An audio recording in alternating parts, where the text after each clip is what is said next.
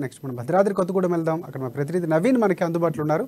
So Bhadrachalam వద్ద పెరుగుతున్నటువంటి గోదావరి నీటి మట్టం ఈ నేపథ్యంలో 20 అడుగుల వద్ద ప్రవహిస్తున్నటువంటి గోదావరి నది ఇక నీటి మట్టానికి సంబంధించినటువంటి అక్కడ పరిస్థితి ఎలా ఉంది, పూర్తి అప్డేట్స్ నవీన్ అందిస్తారు. నవీన్ చెప్పండి.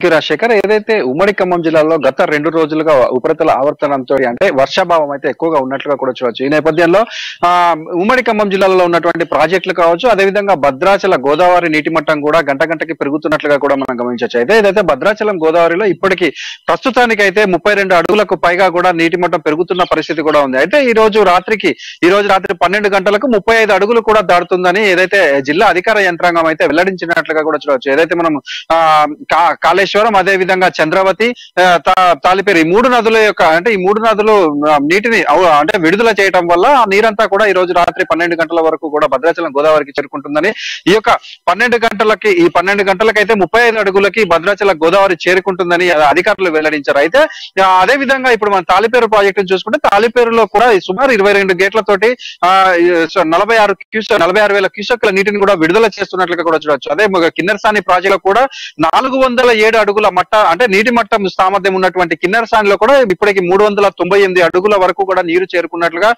చేరుకొని నిండు కుండలాగా అయితే కిన్నెరసాని కనిపిస్తున్నట్లుగా కూడా చూడొచ్చు. అంటే ఈ మొత్తంగా చూసుకుంటే మన ఉమ్మడి ఖమ్మం జిల్లాలలో ఈ యొక్క వర్షపాతం వలన ఈ యొక్క నదులు, చెరువులు, అదే విధంగా ఈ యొక్క ప్రాజెక్టులు అయితే నిండు కుండలాగా అక్కడ కనిపిస్తుందని కూడా చూడొచ్చు. అదే విధంగా ఇప్పుడు సింగరేణి అంటే ఇటు భద్రాద్రి కొత్తగూడెం చూసుకుంటే సింగరేణి వ్యాప్తంగా ఉన్నటువంటి గనులన్నీ కూడా ఈ వర్షాభావం వల్ల ఈ యొక్క బొగ్గు వెలికితీతకు ఆటంకంగా ఏర్పడి చాలా నష్టం కూడా ఏర్పడిందని కూడా చూడొచ్చు. అదే విధంగా ఇప్పుడు జిల్లా యంత్రాంగం కూడా ఏదైతే లోతట్టు ప్రాంతాలు ఉన్నాయో ఆ లోతట్టు ప్రాంతాల ప్రజలందరూ కూడా అప్రమత్తతో ఉండాలని, అదే విధంగా జిల్లా అధికార యంత్రాంగం కూడా అప్రమత్తతోటి వ్యవహరించి లోతట్టు ప్రాంతాలలో ఉన్నటువంటి ప్రజలందరినీ కూడా సురక్షిత ప్రాంతాలకు తరలించాలని జిల్లా కలెక్టర్ అంటే భద్రాద్రి జిల్లా కలెక్టర్ ప్రియాంక అలా కూడా అధికారులను ఆదేశించినట్లుగా కూడా మనం గమనించవచ్చు. అయితే ఏదైతే ఇప్పుడు భద్రాద్రి జిల్లా కలెక్టర్ గా ఉన్నటువంటి ప్రియాంకల ఈ యొక్క తుఫాను నేపథ్యంలో, ఈ యొక్క వర్షాకాలం నేపథ్యంలో ఇటు చెర్ల, భద్రాచలం, అదే విధంగా దుమ్ముగూడెంలో ఈ రోజు అయితే సమీక్ష సమావేశాలు కూడా నిర్వహించినట్టుగా కూడా చూడొచ్చు. అయితే చెర్లలో ఏదైతే చెర్లలో ఈ యొక్క వర్షాభావంకి సంబంధించి అక్కడ ఉన్నటువంటి తాలిపేరు ప్రాజెక్టు అంటే ఇన్ఫ్లో అండ్ అవుట్ఫ్లో సంబంధించినటువంటి అక్కడ అధికారులతోటి ఈ యొక్క సమీక్ష సమావేశం నిర్వహించి అక్కడ తీసుకోవాల్సిన జాగ్రత్తలు కూడా అధికారులకు ఆదేశాలు జారీ చేసినట్లుగా కూడా చూడొచ్చు. అదే విధంగా ఇప్పుడు భద్రాచలంలో ఏదైతే లోతట్టు ప్రాంతాల ప్రజలందరినీ కూడా నన్నపనేని మోహన్ అంటే ఈ యొక్క లోతట్టు ప్రాంతాల ప్రజలను తీసుకొచ్చి ఇక్కడ వీళ్ళని జాగ్రత్తగా చూసుకోవడానికి ఉన్నటువంటి ప్రాంతాన్ని కూడా ఈ రోజు ఈ కలెక్టర్ సందర్శించినట్లుగా కూడా మనం చూడొచ్చు. అంటే మొత్తంగా చూసుకుంటే ఈ రోజు రాత్రికి 35 అడుగులకైతే గోదావరి నీటి మట్టం చేరుతుందని లోతట్టు ప్రాంత ప్రజలందరూ కూడా జాగ్రత్తగా ఉండాలని అయితే వీరు అధికారులు వెల్లడించారు. అయితే గత ఏడాది ఈ యొక్క వర్షాకాలంలోనే ఈ యొక్క అంటే సుమారు గోదావరి 71 అడుగులకు కూడా చేరుకొని ఉగ్ర రూపం కూడా తాల్చిందని కూడా చెప్పొచ్చు. దీంతో ఆ చుట్టుపక్కల ఉన్నటువంటి లోతట్టు ప్రాంత ప్రజలందరూ కూడా వాళ్ళు అంటే గృహాలను కావచ్చు, లేకపోతే అనేక ఆస్తి నష్టం కూడా వాటిల్లింది. అంటే ఇదంతా కూడా జరగకుండా ఇప్పుడే ముందస్తు చర్యలు తీసుకోవడానికి జిల్లా యంత్రాంగం అయితే సిద్ధమైందని కూడా చెప్పొచ్చు. అయితే ఇంకా 2-3 రోజులు ఈ వర్షపాతం ఈ యొక్క ఉమ్మడి ఖమ్మం జిల్లాలో ఉన్నారు. అదే విధంగా వాతావరణ శాఖ ఈ యొక్క ఉమ్మడి ఖమ్మం జిల్లా రెడ్ జోన్ గా ప్రకటించిన నేపథ్యంలో ఇక్కడ అంటే ఈ యొక్క నీటి మట్ట అంటే ఈ ప్రాజెక్టులు కావచ్చు, అదే విధంగా ఈ యొక్క గోదావరి నీటి మట్టం మరింతగా పెరిగే అవకాశం ఉందని, దీనిపై ముందస్తు చర్యలు తీసుకోవాలని ఇటు జిల్లా ప్రజలు కావచ్చు, లేదంటే లోతట్టు ప్రాంత ప్రజలైతే ఆశాభావం వ్యక్తం చేస్తున్నట్లుగా కూడా చూడొచ్చు. రాజశేఖర్, రైట్ నవీన్, ఇంకోటి అంటే ప్రధానంగా మరికొన్ని రోజులు వర్షాలు పడే అవకాశం ఉందని వాతావరణ శాఖ వైపు చెప్తున్నటువంటి పరిస్థితి. అంటే మీరు అన్నట్లు గోదావరి ఉధృతి పెరుగుతుంది, రాత్రికి 36 అడుగుల వరకు చేరుకునే అవకాశం కూడా 12 గంటల వరకు చేరుకునే అవకాశం ఉన్న నేపథ్యంలో అంటే జరుగుతున్నటువంటి పరిణామాలు లేకపోతే అధికారులు ముందుగా అంటే జరిగిన నష్టాన్ని అంచనా వేస్తూ ప్రజలు అప్రమత్తం చేయడం కానీ, వ్యవసాయానికి సంబంధించినటువంటి రైతులు కానీ, లేకపోతే ప్రాంతంలో ఉన్నటువంటి అంటే ప్రజలు ఎవరైతే ఉన్నారు లోతట్టు ప్రాంత ప్రజలు కూడా అప్రమత్తం చేసే దిశగా ప్రయత్నాలు అంటే చేస్తున్న నేపథ్యంలో ఎలాంటి ముందస్తు సూచనలు ఏమైనా చేసిందంటే మీడియాకి కానీ, లేకపోతే అక్కడ ఉన్నటువంటి పరిసర ప్రాంత ప్రజలకు కానీ?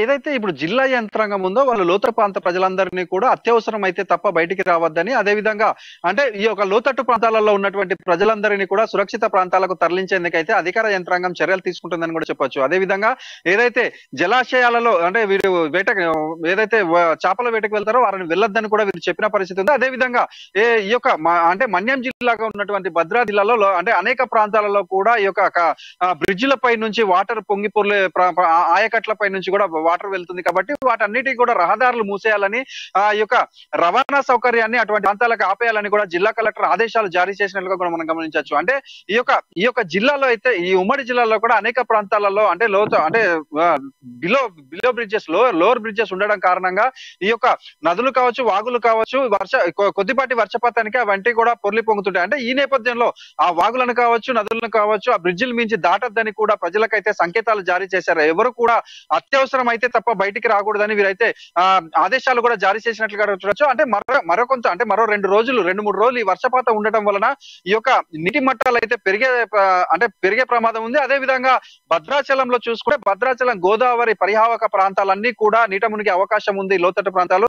అదే విధంగా బూర్గంపాడు అంటే పోయిన సంవత్సరం చూసుకుంటే మనం బూర్గంపాడు మండలంలో కూడా కొన్ని గ్రామాలు నీట మునిగాయి. అంటే దీని అంతటికి కూడా కారణం అంటే పోలవరం బ్యాక్ వాటర్ కూడా ఈ యొక్క భద్రాచలాన్ని ముంచెత్తే అవకాశం ఉంది. అదే విధంగా కరకట్ట పెంచుతామని పోయిన సంవత్సరం ఏదైతే అంటే సీఎం కేసీఆర్ భద్రాచలం పర్యటనలో ఉన్నప్పుడు కరకట్ట హైట్ పెంచుతామని, పొడుగు పెంచుతామని వాగ్దానాలు చేశారు. కానీ ఈ సంవత్సరం కావస్తున్నా కూడా మళ్ళీ వర్షాకాలం వచ్చి గోదావరి పెరుగుతున్న పరిస్థితుల్లో కూడా ఇప్పటికీ కూడా దానికి సంబంధించిన పని ఏ ఒక్కటి కూడా ప్రారంభం కాకపోవడంతో ఇది భద్రాచల ప్రజలైతే ఈ యొక్క బీఆర్ఎస్ ప్రభుత్వంపై అయితే విసిగినట్లుగా కూడా చూడొచ్చు. అదే విధంగా ఇటు మొన్న చూసుకుంటే ఈ యొక్క ఏదైతే కేసీఆర్ ఇచ్చిన వాగ్దానాలని కూడా ఇంకా నెరవేర్చలేదని అక్కడి శాసనసభ్యులు పోదెం వీరయ్య పోలీస్ స్టేషన్ లో సీఎం కేసీఆర్ మీద కంప్లైంట్ చేసిన పరిస్థితి కూడా ఉంది. అంటే ఏదైతే ఈ వర్షాకాలంలో భద్రాచల వాసులకైతే సురక్షితం అంటే రక్షణ లేదని చెప్పొచ్చు. ఎందుకంటే కరకట్టకు పోయినసారి ఇంకొంచెం హైట్ తక్కువగా ఉండుంటే మాత్రం భద్రాచలం అంతా కూడా మునిగిపోయే ప్రమాదం ఉంది.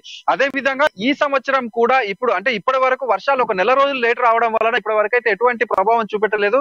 కానీ ఇప్పుడు వచ్చినటువంటి వర్షపాతం అనేది ఇంకా గత 2-3 రోజులు ఉంది. అదే విధంగా జిల్లాని రెడ్ జోన్ గా ప్రకటించిన నేపథ్యంలో ఎటువంటి పరిస్థితులు ముందు ఉంటాయా అని చెప్పి భద్రాద్రి ప్రజలైతే భయపడుతున్న పరిస్థితి అయితే ఉంది. Rajasekhar, thanks for updates.